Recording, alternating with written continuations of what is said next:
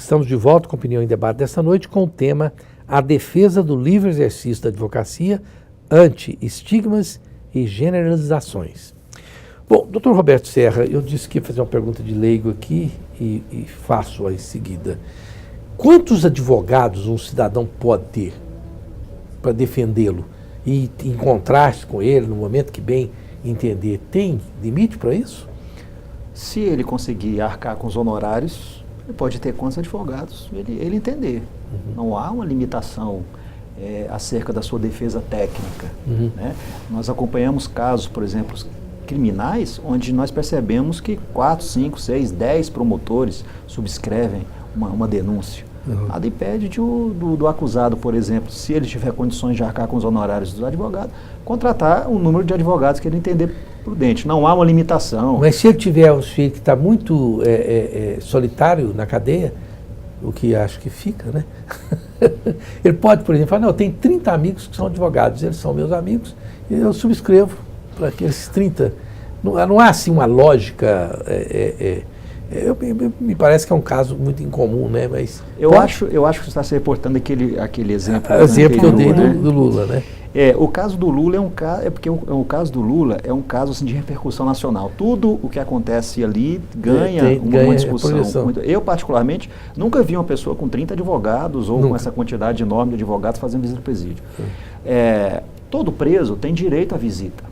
A visita de parentes, a visita de amigos, mas em determinados dias. Ou em determinados momentos, previamente definidos. O advogado pode visitar não. Qualquer hora. O advogado, por compor a sua defesa, né, ele tem essa liberdade de visita para com o cliente. Se o cliente se aproveita da condição do filho, que é advogado, ou do pai, ou do irmão, para vê-lo mais vezes, ou por um outro motivo, esse é um outro fator. O certo é que o artigo 7º do Estatuto da OAB garante como direito, é uma prerrogativa do advogado, esse livre acesso. Então, esse livre acesso, ele vai muito além do próprio cliente e atinge, que não deixa de ser também um benefício de toda a sociedade. Agora, doutor Luciano Cardoso, talvez uma dificuldade do Brasil, nesse específico item, provoque esse tipo de relação que as pessoas falam, mas o advogado vai, ele serve de pombo correio, ele serve para entregar o celular, ou serve para, não sei, para entregar algum objeto, porque o advogado não é, muita gente preconiza que seja, mas ele não é, como diz, ele passa para encontrar com o seu cliente, ele não é, como é que a gente fala?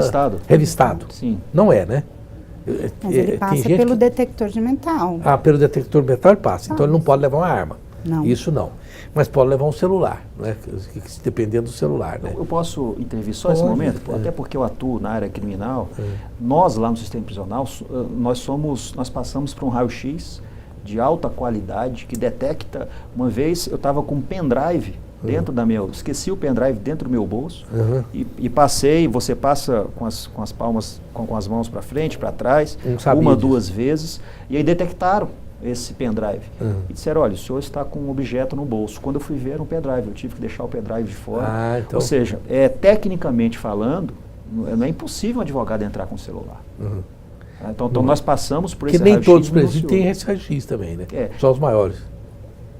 Grande parte, aqui em Goiás, por exemplo, pelo menos no Complexo de Aparecida de Goiânia, é dotado desse raio-x. Desculpa. Pois não, doutor Luciano, mas então a minha pergunta é o seguinte, como no Brasil, diferente de muitos, a maioria dos países que eu chamo de civilizados, o contato físico do sentenciado à prisão, ele é impedido, não há contato físico, não tem visita íntima. Portanto, o advogado, quando vai conversar a gente vê muito em filme americano, no Canadá é assim, na Inglaterra, na França, ele conversa com o seu cliente mas não tem contato físico. Será que não seria o caso para inclusive até que o advogado não fique com esse estigma de que ele pode levar e tal, impedir o contato físico, ou isso no Brasil é um sonho de uma noite de verão?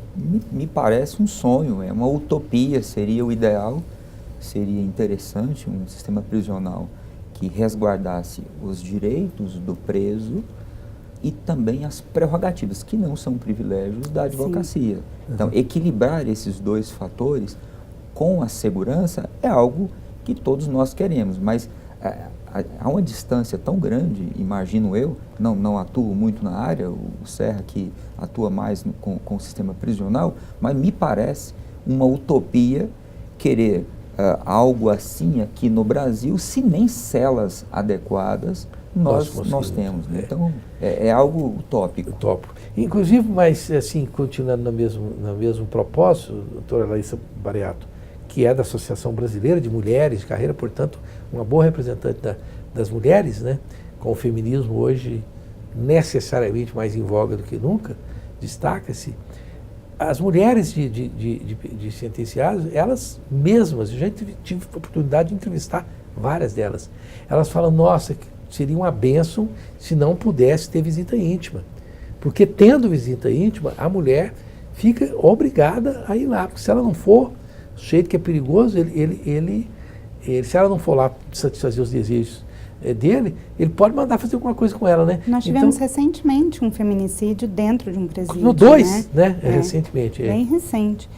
Então, é muito importante, e aí eu vou dar uma fugidinha do tema aqui. É muito importante separar o que o doutor Luciano estava falando.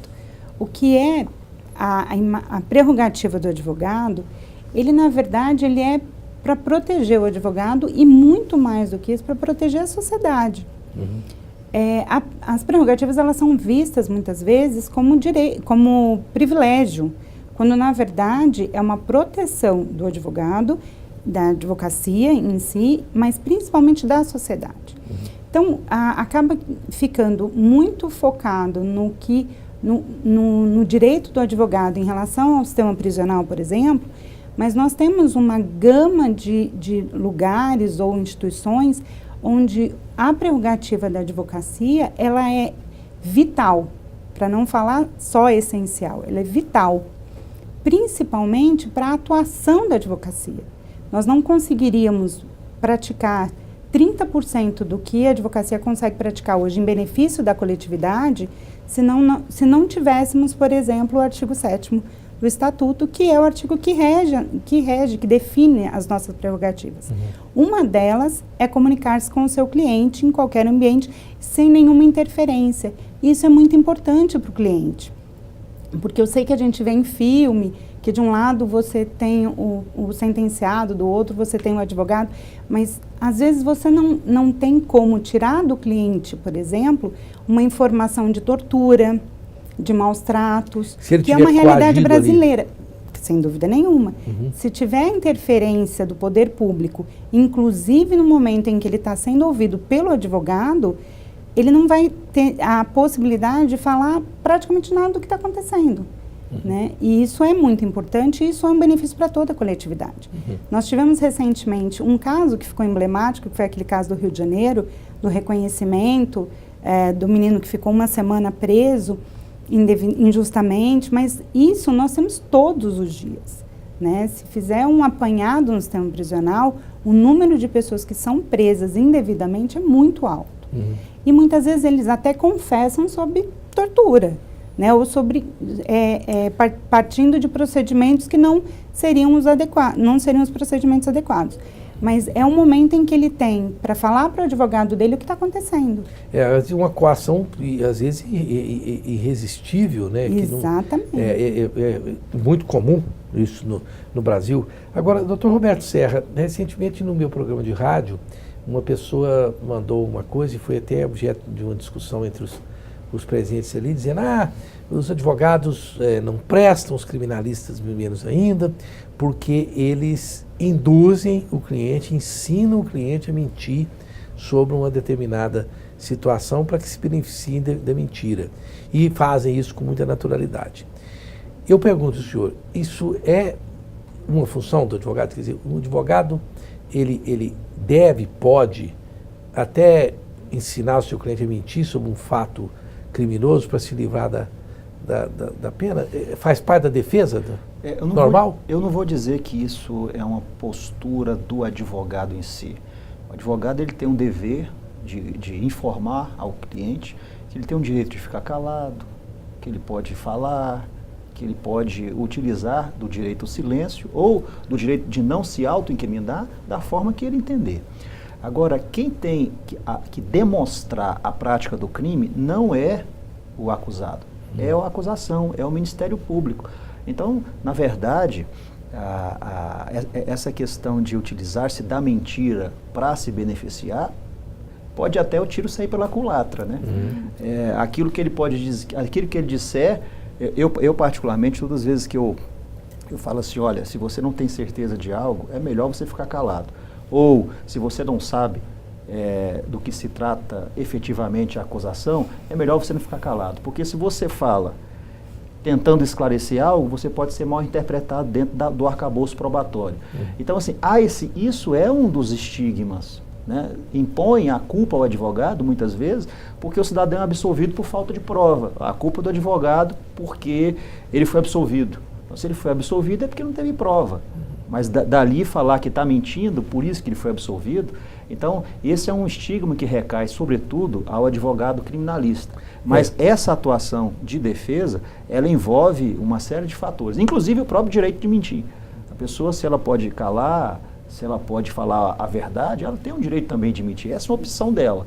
Mas não significa dizer que o advogado vai impor esse direito ou vai impor essa estratégia para o acusado. E a gente precisa entender também em relação à defesa. Quando a gente fala de ampla defesa, ela aborda todos esses aspectos. Né? Uma defesa técnica, o silêncio, ou a informação ou a não informação, como você acabou de dizer, tudo isso faz parte dessa amplitude da defesa. Às vezes é mal interpretado. Nós podemos, inclusive, falar um pouco mais sobre isso, porque esse é um dos estigmas mais pesados que recai sobre o advogado, principalmente o criminalista, da defesa. E depois, para mim não esquecer, para a gente falar também sobre a parte que eu acho que é crucial para quem exerce o direito, que é confundir o réu com o advogado. E quanto mais pior o réu, mais o advogado às vezes é maltratado, e isso eu acho que vale a pena a gente dar uma análise sobre isso. Bom, quero lembrar a vocês, telespectadores, que o Complexo Sicoob, com mais de 2.000 pontos de atendimentos, o Sicoob é a escolha certa para administrar a conta corrente da sua empresa. Afinal, nela você também é dono e participa dos resultados, com serviços e produtos essenciais para o seu empreendimento crescer. Procure uma agência e se informe. www.cicobi.com.br. E a Águas do Bem, que é essa aqui, a Levite, olha que água maravilhosa. Entrega na sua casa, olha aí. Ela tem um excelente antioxidante e uma das águas mais alcalinas com menor índice de teor de sódio do mundo, além de ter um sabor muito agradável. Você liga lá, eles entregam para você, 3255-9626. Nós voltamos já, mas antes disso, vou lembrar da República da Saúde. Está ali a Índia Poti me lembrando que ela vai lá, ela está esbelta como a Gisele Bündchen, e porque ela não come nada que seja com óleo, só com azeite de oliva virgem, lá na República da Saúde. Rua 89, no 655, setor sul, próximo ao Clube de Engenharia. Telefone 3942-6575. Estamos de volta com Opinião em Debate desta noite, com o tema Defesa do livre exercício da advocacia ante estigmas e generalizações. Bom, doutora Larissa Bariato, é claro que, principalmente no imaginário popular, os advogados criminalistas, eles fazem assim, ao gosto das multidões, porque tem tantos filmes muito interessantes, filmes hollywoodianos e coisas que realmente acontecem. Mas, na prática, no Brasil, a vida do advogado criminalista, ela não é mamão com açúcar, né? Porque, por exemplo, os advogados que defendem pessoas, vamos supor assim, que a imprensa já massacrou, já condenou, já julgou, etc. Tal, muitas vezes eles são execrados publicamente. Tem alguns que têm até o carro danificado e tal, porque a raiva da coletividade com o criminoso, principalmente esse muito que está no spotlight, se transfere para o advogado, né? Queria que só falasse um pouquinho sobre isso, porque é preciso separar, né? Porque se o sujeito não tiver advogado, não pode ser condenado, não é isso? Sem dúvida. Mas isso vai muito além do advogado criminalista. Né? O advogado criminalista é esse que fica mais estigmatizado, claro, né? Meu sócio e marido é criminalista já há mais de 25 anos, e eu convivo com esse dia a dia tanto na advocacia criminal quanto na advocacia empresarial, que nós falávamos agora há pouco. Quando você tem uma demanda civil, trabalhista, uma dissolução de uma sociedade, sempre uma parte vai achar que a outra está mentindo. O advogado o contrário, é o vilão. Sempre o advogado contrário, da parte contrária, que é o vilão. Mas a gente tem que separar o que é o cliente do advogado, né? Até porque você convive com diversas demandas, com diversos problemas, e a sociedade precisa separar o que é o problema do cliente, né? O problema da parte com a atuação do advogado. É direito, como falava o doutor Serra, é direito do advogado do cliente se manter em silêncio? Sem dúvida nenhuma, isso é um direito constitucional. Se aquilo vai trazer problemas para ele futuramente, num sistema criminal, por exemplo, a responsabilidade é do Ministério Público na acusação, na produção da prova. Quando você vai para outra esfera, por exemplo, a empresarial, a trabalhista, o objetivo é produzir provas que desconstrua a prova da parte contrária. E a função do advogado não é analisar o que está certo ou o que está errado, até porque isso é função do julgador.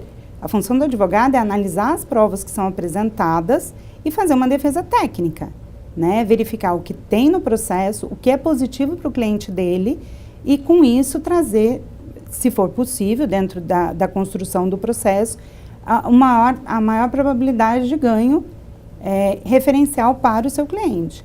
Mas isso não significa que ele vai manipular provas, porque, inclusive, manipular provas, utilizar provas indevidamente, utilizar a doutrina indevidamente, utilizar uma jurisprudência que não cabia para aquele caso, tudo isso é infração ética profissional, né?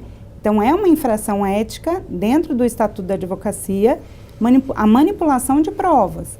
Então, e nós temos uma atuação, a OAB ela tem uma atuação muito contundente em razão dos advogados ou da advocacia que faça, que haja contra o cliente e contra a própria instituição, né?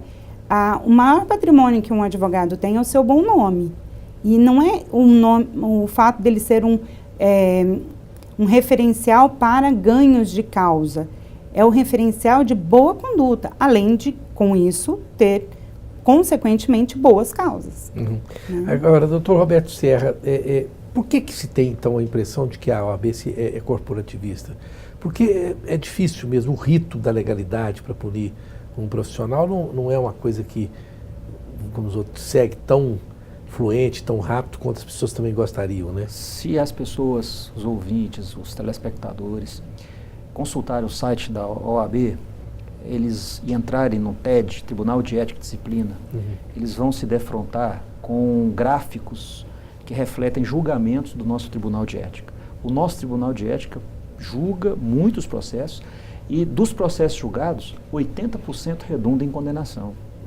Então, nós condenamos muito advogados que se desvirtuam da conduta. Então, a OAB ela tem essa missão, não apenas de fiscalizar, de regulamentar a atuação dos advogados, como até mesmo fiscalizar e punir e cortar na própria carne.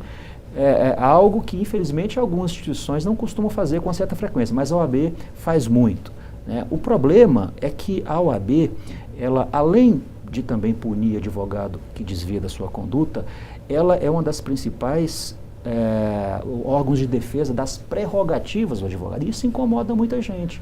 Então, geralmente, essas críticas, onde se diz que a OAB é corporativista, são críticas alinhadas a uma dor sofrida pela atuação da OAB. Então, a OAB, ela vela pela manutenção das prerrogativas. E o advogado, quando ele está em atuação muitas vezes face ao Estado, face a agentes do poder público, se incomoda com a atuação da instituição. Então, tudo isso compõe um arcabouço de atuação para desconstruir a imagem de uma instituição tão importante que luta em prol não só da sociedade, como também da própria manutenção da advocacia, seja punindo o mau advogado, seja lutando por suas prerrogativas ou pelas prerrogativas da cidadania. E tem uma característica aí, que o processo ético disciplinar, ele é sigiloso. Então não há possibilidade de se divulgar quem, como, quantos foram punidos. A quantidade até é possível a gente observar isso. Mas quem e quais foram os motivos que levaram àquela condenação esbarra justamente na sigilosidade desse processo. Aí talvez nesse aspecto o quociente acha que há um corporativismo e que não há punição, o que não é verdade, né? Uhum. A gente tem... Pois não, doutora Larissa. Nós não temos como visualizar, a população não tem como visualizar se o advogado foi punido, por quanto tempo, né? Porque nós temos desde uma suspensão até a expulsão do advogado.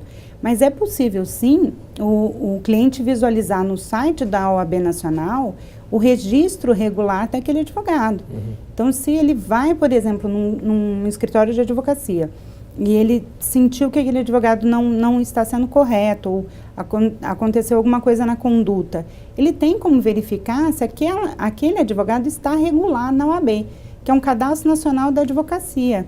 Então, Cadastro Nacional da Advocacia, a OAB, no site de busca, ele consegue identificar se aquele advogado, se aquela advogada está regular, se está suspenso, inclusive se foi expulso da OAB. Ele consegue identificar isso. Exatamente. Mas é interessante, doutor Roberto Serra, que ao contrário, então, da OAB, no Conselho Nacional de Medicina, que é uma entidade que todo mundo conhece também, é o contrário. Quando um médico é punido, o Conselho Nacional de Medicina é obrigado a publicar no jornal de grande circulação a punição dele. Fulano de tal está suspenso, sofreu advertência, sofreu aquilo. No caso da OAB, se é que eu entendi bem o que a doutora Larissa disse, mesmo que o cidadão seja punido, vamos supor que ele seja afastado temporariamente, e etc., etc., isso não é dado publicidade a isso, né? Essa é uma questão que precisamos evoluir na legislação.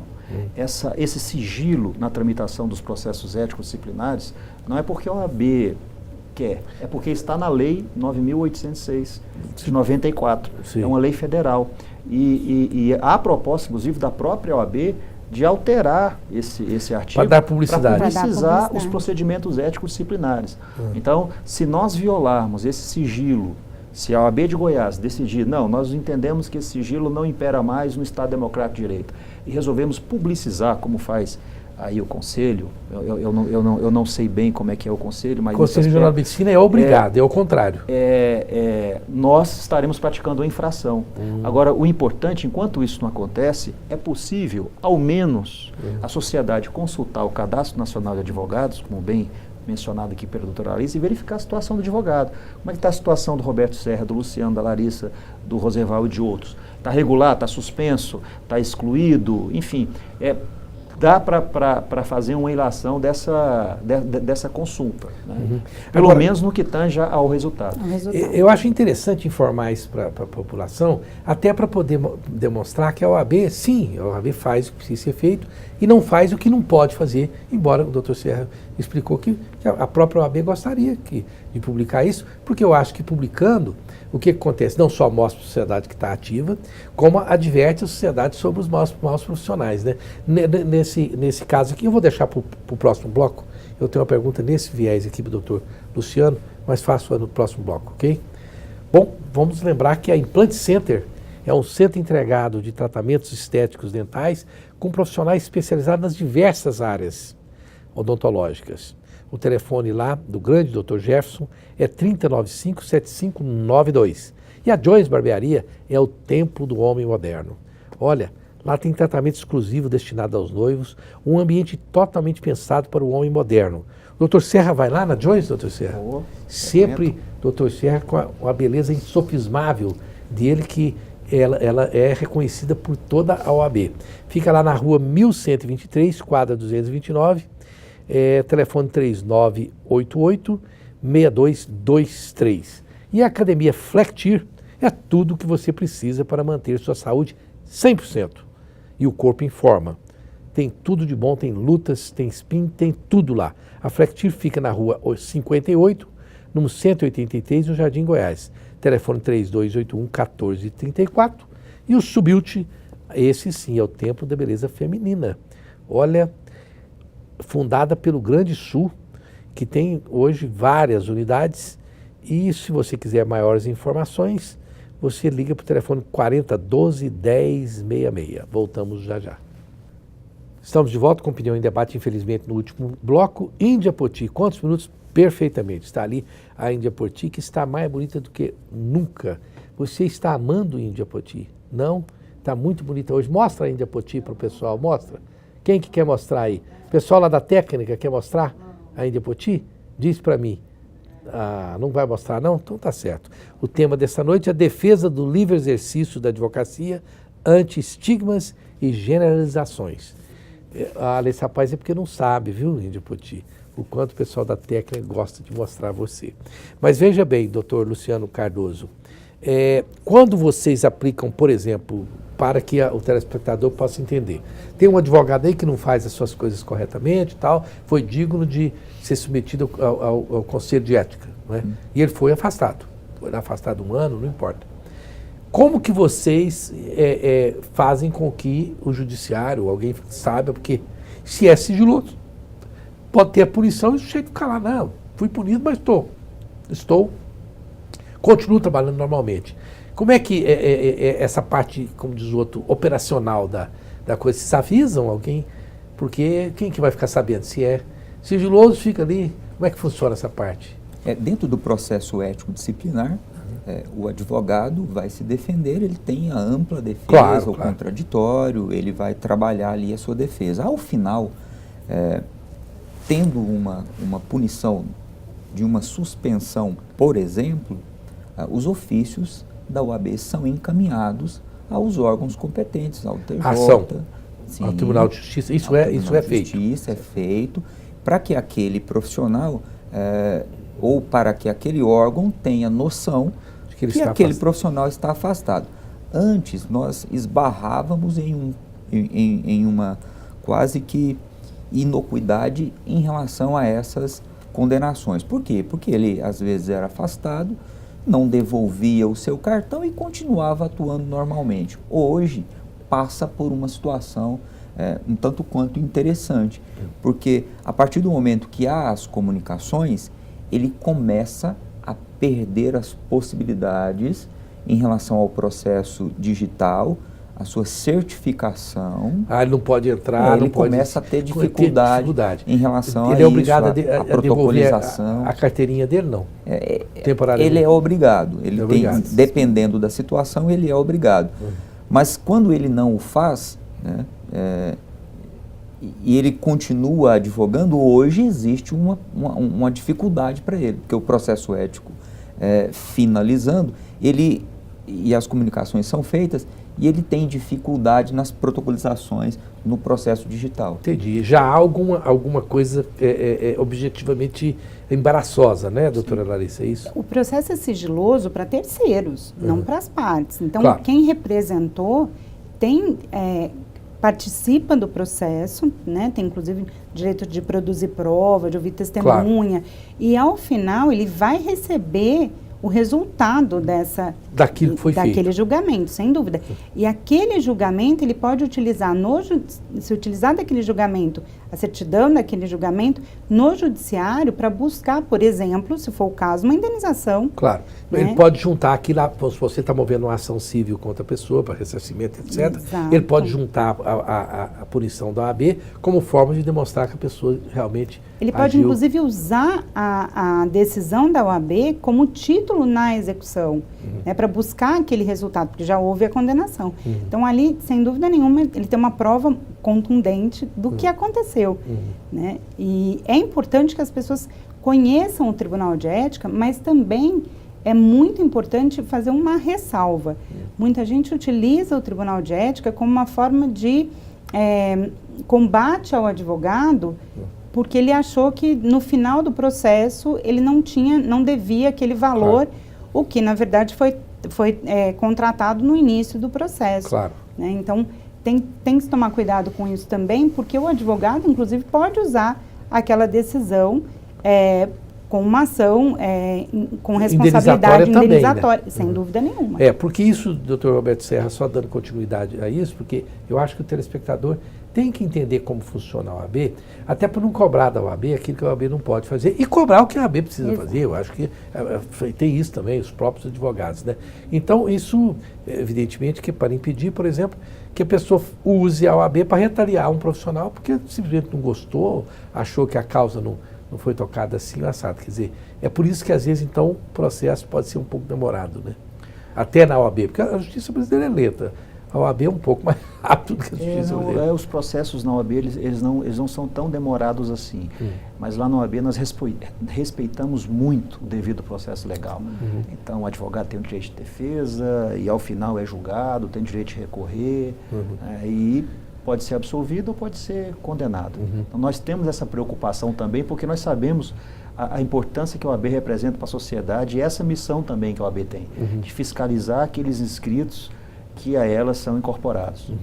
E assim, basicamente, o trâmite é como a justiça comum, quer dizer, o advogado vai, ele tem ampla defesa, ele pode apresentar sua testemunha, ele tem uma audiência, depois, se ele for condenado, ele ainda pode recorrer. Não só ele, por exemplo, um exemplo qualquer, o senhor resolve prático. processar um advogado, você resolve processar um advogado.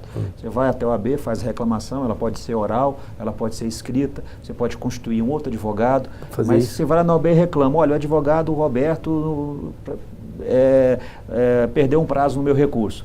Essa reclamação vai ser transformada num documento, você tem um direito de arrolar testemunha, de juntar documento, isso instaura-se um processo. O Roberto é intimado, é notificado para apresentar a defesa, marca-se uma audiência de instrução para lhe ouvir, para ouvi-lo e para inquirir as testemunhas. Ao final tem as alegações finais e a decisão do TED. Contra essa decisão do TED, se for desfavorável a você pode recorrer ao Conselho, que é como se fosse o Tribunal de Justiça. Sei, o Conselho Federal. É o Conselho seccional. Seccional. O Conselho nosso seccional. Se a decisão do Conselho, que é o órgão de segundo grau, não for lhe satisfizer, você pode ir ao Conselho Federal, que é como se fosse o STF. Entendi. Né? Enfim, tem todas as etapas de um procedimento judicial. E aí, quando ele for ali no caso, no STF da OAB, para a pessoa que entender, que é o Conselho Federal, aí acabou também. Aí acabou. Aí transita em julgado. Transita em julgado.